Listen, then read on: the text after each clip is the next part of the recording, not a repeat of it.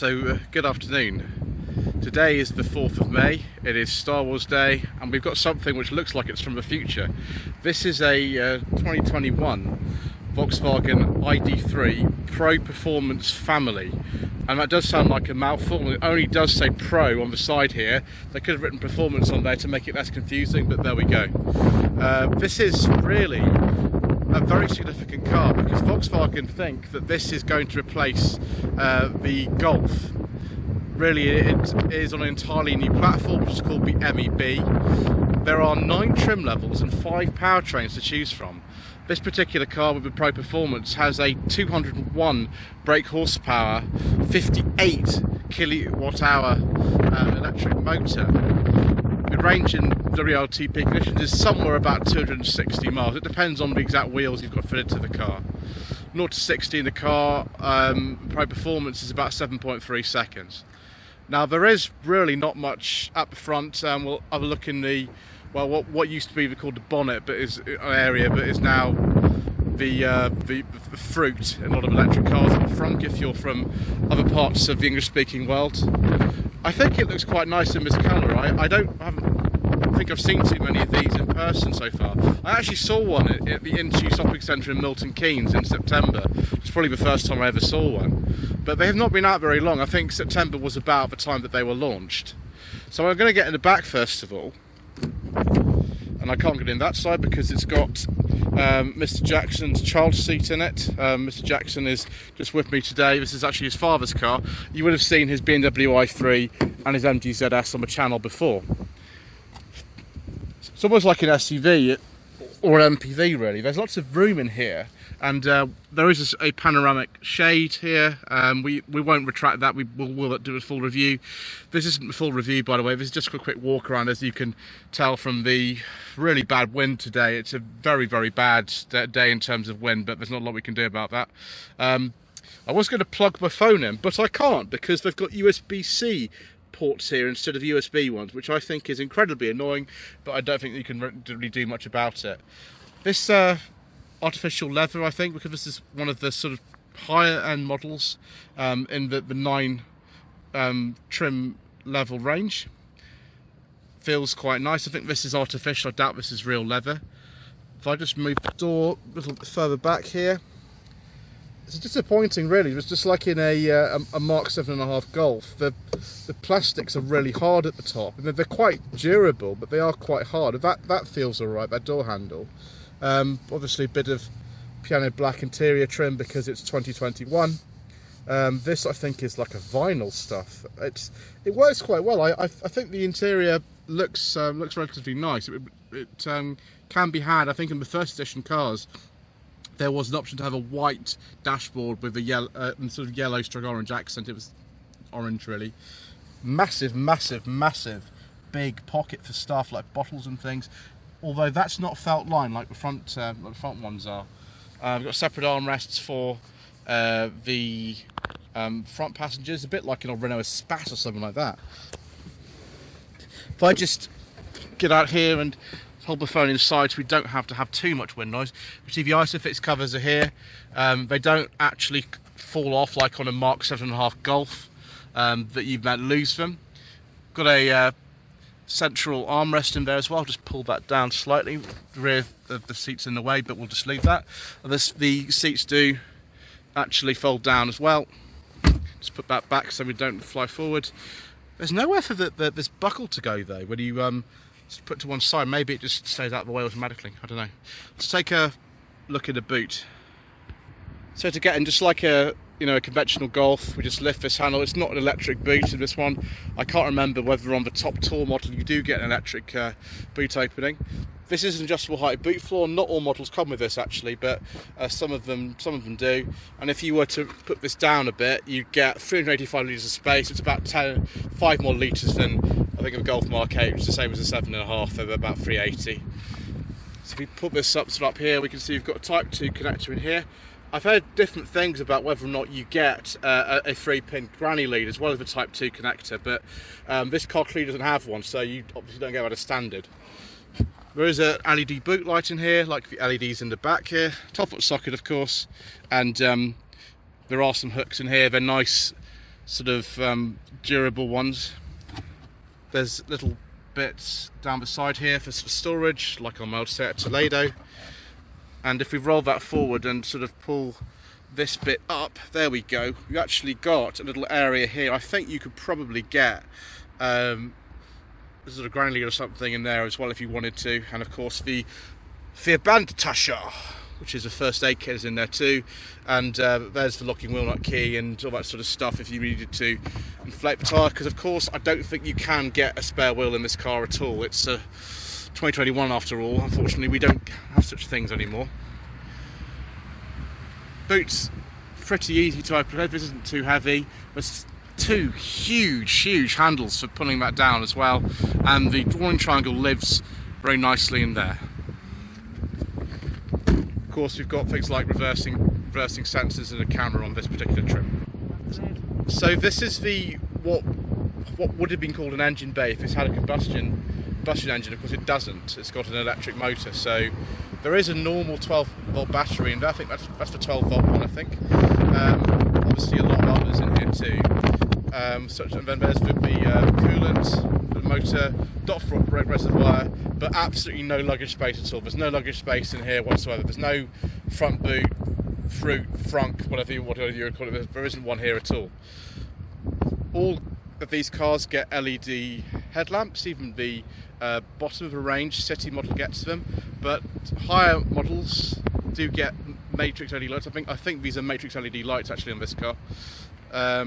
Front parking sensors, of course, and the new Volkswagen logo. It's very prominent, rather like it was on the old Beetles and things like that. Interesting. Okay, on this family model you get keyless entry. Let's get out of this wind. I don't think this is an electric seat. I think it's a manual one. Yes, it's a manual seat. Down below, a lot of people have been talking about these pedals, which have pause and play buttons on them, which I don't know if I like that or not really. I'm not really sure. What do you get? And it says welcome to Volkswagen, and it says your vehicle is in online mode. So the car is basically on. I mean, I could just drive off now. I mean, I've put the handbrake on and stuff. There is a button here which says engine start and stop, which is a bit silly because there's no engine. It's an electric motor. So I don't know why it says that, but never mind. One of the things I don't like about this car actually, and it's a common thing, a lot of modern Volkswagen products, the Golf Mark 8, the new Seat Leon as well. This is a touch sensitive panel. On a lot of them it's sort of down here. Sorry, I'm knocking the steering with my phone. But this has the reheated window switch and the lights in it. And I didn't even touch anything, and a reheated window just went on. I didn't touch anything. There is the noise which tells you, but I didn't even touch that, and the reheated window went on by itself. I think that could be annoying. You've also got automatic lights in this car. I believe these are automatic wipers as well. It doesn't say on there, but I think they are. And this pièce de résistance is the 10.1-inch central touchscreen. We've also got a 4G connection here. I think they must have a SIM card in it somewhere. One thing I don't like immediately about this design is the fact that we've got temperature controls on a little slider, and it's dual zone climate control of course, and so is the volume. Now you can try to do the volume for the stereo with these controls, but they are, I don't really know. I mean, I don't know how to describe it. It's sort of a button and sort of not. It's like one big piece of plastic, and if I press this, it sort of does stuff, but I'm not really sure what's going on. So if I, for example, I don't know, want to use the heated seats, it sort of then puts up another menu, and I don't want that menu, so I have to get rid of it with that. And all the icons are the same colour. Now you can move these around. I'm not going to, because this isn't my car. This belongs to Miss Jackson's father, so I won't be moving these around. But we can sort of move them a bit like a smartphone. And we've got all sorts of displays on here which tell you how much energy we've used and things like that. Oh, in here you can see the glove box is surprisingly small actually for a car like this. There's lots of other space in here for, you know, all sorts of odds and ends. USB-C port in here, which is not my favourite really. I have to get an adapter for my phone, and I think we've got wireless charging as well. I do remember reading that this actually has a wireless Apple CarPlay and Android Auto on some trim. It's probably, this being a family, that's what it's got. But certainly, if it were me, I would very much want to use Android Auto or Apple CarPlay myself, just by you getting my adapter and plugging it into there. That would be great. Big cup holders, that I think is for where the key's supposed to be as well. Got keyless entry and start in this particular model. Not all models come with that. The seat fabric is interesting. I don't really know what to call this. I mean, it's sort of suede type stuff on here, and then there's sort of something else here and something else there, and on the back of the seat it's like a vinyl, which is interesting. If I pull this door, now they've put a thing on here to actually stop getting too many finger marks and scratches on the driver's door pull. That's not how they normally come. One other thing I think is a bit strange is the fact that there are only 2 electric window switches, and you think, oh, maybe it's got manual windows or something, but it hasn't.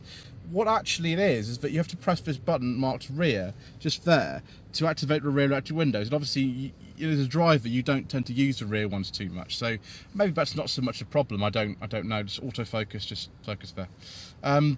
Yeah, so there are all sorts of things here. I mean, the car's got, I think, travel assist and blind spot monitoring and lane keeping assist and emergency autonomous braking and all kinds of stuff. If you just close the door, I think it might go into a mode where I can show you some more of the features if I can just work out how this works. It's got cruise control, of course.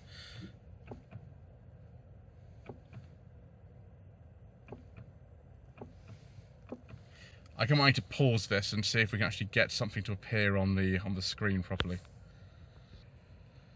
Right, viewers, that's better. Let's have a look at some of these things we can play with. It still won't let me play with stuff. That's not fair.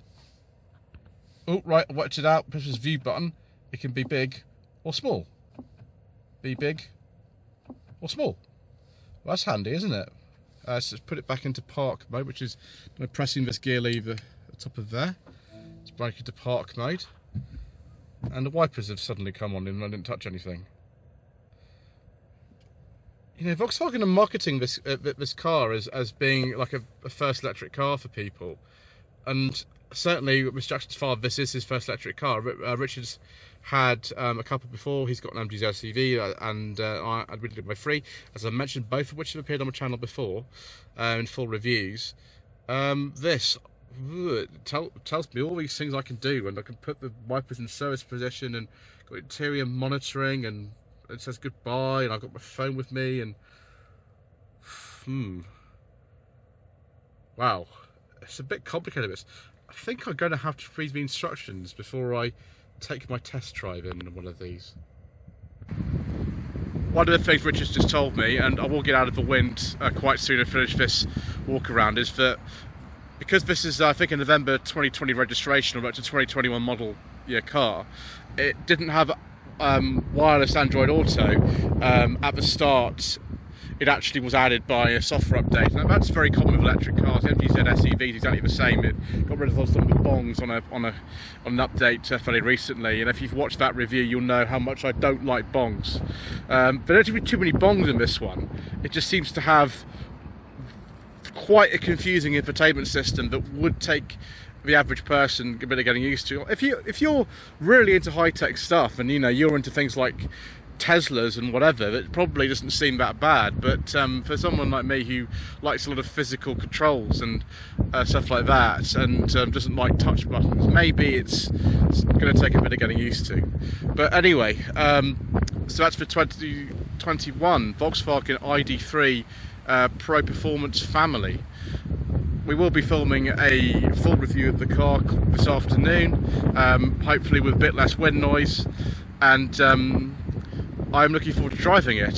Certainly it feels comfortable, it's very spacious, but I don't know about this infotainment system. I think maybe I would use that wireless Android Auto immediately if it were me. But so please subscribe to the Lloyd Vehicle Consulting channel to be informed of when that episode of Tweed Jacket Reviews goes live. Don't forget to like this video and to leave a comment below. Switch on notifications as well. And very much appreciate you watching. Thank you.